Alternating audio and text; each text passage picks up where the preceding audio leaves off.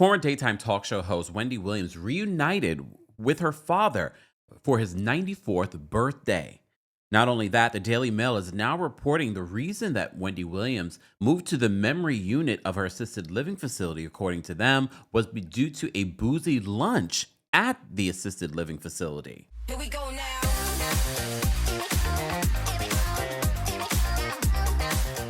Welcome back to the Kempire channel, your number one source for pop culture news and music, entertainment, reality TV, and so much more. As always, be sure to like this video, subscribe to the channel, and hit that notification bell so you never miss out on breaking news when we go live or when we upload.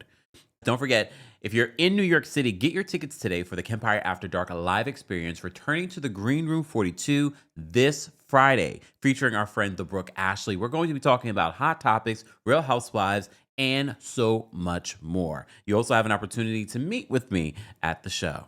More information on that will be available in the description.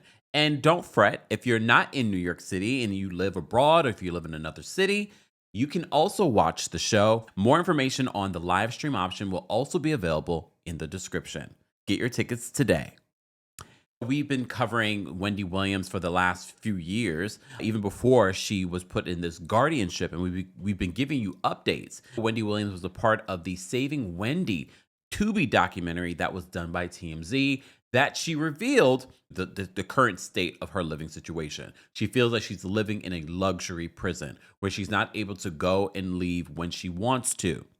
So there was a lot of speculation, especially after she tearfully talked about wanting to see her father for his 94th birthday. You may have seen paparazzi video footage and photos of Wendy in the airport landing in Miami to be with her father. Since then, we've seen photos of her and her son with her 94-year-old father. We emphasize her being with her son because in the Tubi documentary, she confirmed the rumors that her son was part of the reason why Wells Fargo alerted her account, froze her account, which ultimately led her being in this guardianship.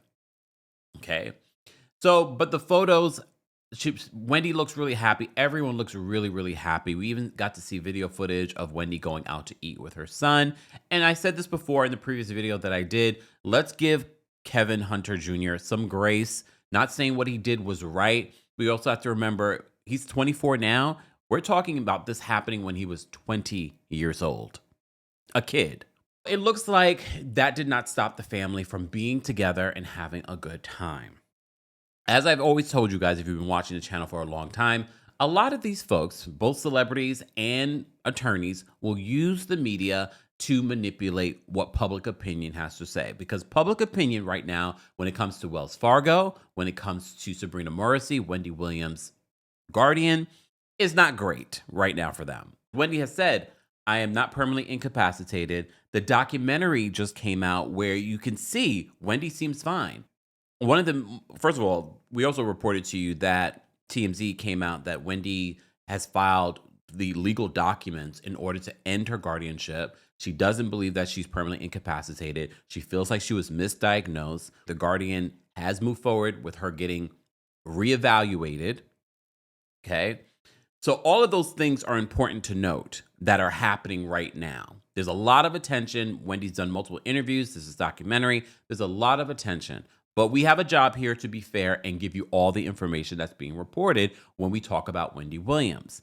So the Daily Mail, who has been covering Wendy and everything, even before the guardianship, when it came to Kelvin Hunter cheating on her, they were the ones covering all of this. They were the ones who discovered that, oh, well, no, I think it was the U.S. Sun. Well, Daily Mail was one of the people reporting on the other woman, Sharina Hudson.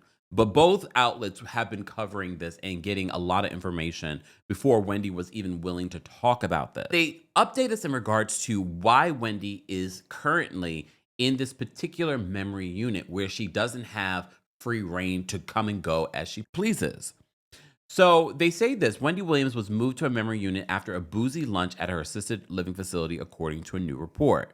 Details about the 6-year-old's former chat show host, who was seen showing off a new fresh look in Miami on Sunday, came to have so little freedom of movement at her assisted living facility recently came to light. Sources claimed to TMZ on Monday that she had been moved to a more restrictive memory unit at the facility after she allegedly got drunk at a restaurant on the premises.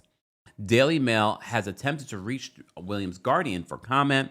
Williams had previously said that she only had been allowed out of her assisted living facility twice in the past 30 days for dentist appointments.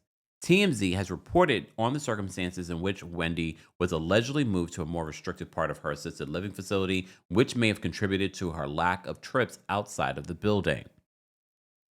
They said, according to an employee who was described as having had many interactions with Wendy since her arrival, she initially was given a room on the building's third floor where residents are allowed to come and go as they please. However, things went south early on in her tenure when she went up to the restaurant and bar located on the facility's top floor for an extended lunch. According to the employee, Wendy ordered several alcoholic drinks and was noticeably drunk for a significant amount of time. The facility supervisors allegedly learned of the drunken escapade and were upset that she was served, as she has reportedly had issues with drinking in the past. In response to the drunken lunch, Wendy was allegedly relocated to a new room on the memory unit of the facility's fifth floor. Because of many of the occupants there suffer from dementia and other memory issues, they aren't able to use the elevator on their own. The new location meant Wendy was prohibited from going up to the restaurant and drinking, though it's unclear if she's not supposed to leave the floor at all or if she can venture out without someone supervising. However, you may recall one of the radio personalities from the Breakfast Club actually went to go visit Wendy. She was on the phone with Wendy, and she said it was actually a very scary situation where they denied that Wendy was even there. They wouldn't let her up to see Wendy. It was it's important for us to give you both sides of the situation because we have this story coming out. We don't know who gave them this story, but then we have other people reporting, well, there's one thing to protect her from herself when it comes to her drinking. Clearly, we saw in the Where is Wendy Williams documentary, she has a problem with drinking. Her son has confirmed that she has a problem with drinking. They said the new location meant that Wendy was prohibited from going up to the restaurant and drinking, though it's unclear if she's supposed to leave the floor at all or if she can venture out with someone supervising.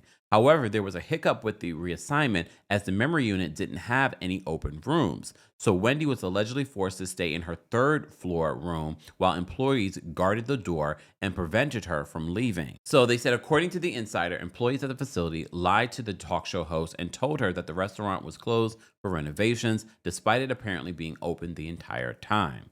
After a few days, a room reportedly opened up and she was able to be moved to the fifth floor, where she has remained ever since. The confinement and the alleged falsehoods fed to Wendy are concerning, as the employees claim that her memory is not suffering. Wendy doesn't have good and bad days. She's the same all the time, they claimed to TMZ. You can tell her something today, and 2 weeks later she'll remember it. Her memory is fine. We saw that in the Breakfast Club interview when she was talking to Charlamagne the God, referring back to a lot of things from many years ago. So on Wednesday, Wendy signed an affidavit in which she asked the judge to oversee her guardianship case to end the arrangement, TMZ reported. In the legally binding document, Williams reportedly said that she has regained capacity to function independently, and she said she no longer requires a guardian to oversee her. She has a guardianship overseen by Sabrina Mercy, which was instituted, as you know, back in 2022. She still has several steps ahead of her before she can end the guardianship. However, and the judge will ultimately need to be swayed by her if she hopes to regain her freedom. In order to do that, Williams will next attempt to prove that she does not have frontotemporal dementia, contrary to how doctors have previously diagnosed her. And who were these doctors? She averred in her affidavit that she was not suffering from neurological condition, and sources told TMZ that she will be seeing a doctor on Tuesday for a new evaluation to hopefully confirm as much. Notably, frontotemporal dementia is a permanent and progressive condition, so that former Wendy Williams show host hopes that her apparent improvement in functioning will indicate that she couldn't be suffering from the disease. Williams recently hired a new attorney to help her end the guardianship, and they were responsible for selecting the new doctor she will be seeing. So that's important to note. According to the publication sources, her attorneys plans to file an emergency order to show cause at the day after the testing, which should force the judge to weigh in on ending the guardianship. She's hoping the judge will agree and end things then and there. But if they deny the request and keep the guardianship as it currently is constituted, Williams will allegedly request that her case go before a jury who can determine if she's able to care for herself and run her own finances without the need of a guardian figure.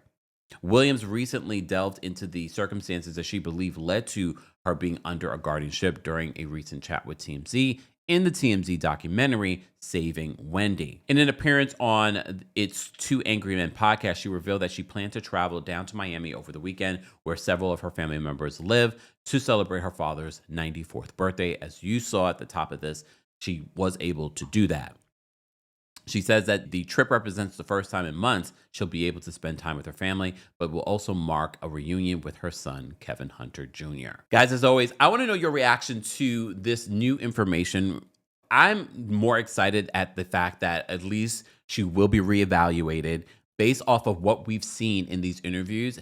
If she really had frontotemporal dementia, then you would see a progression of that. What we've seen is her get better in these interviews. But we have to wait and see. And as always, if you want an update on this, be sure to like, subscribe, and turn on your notifications so you don't miss out on any of this breaking news.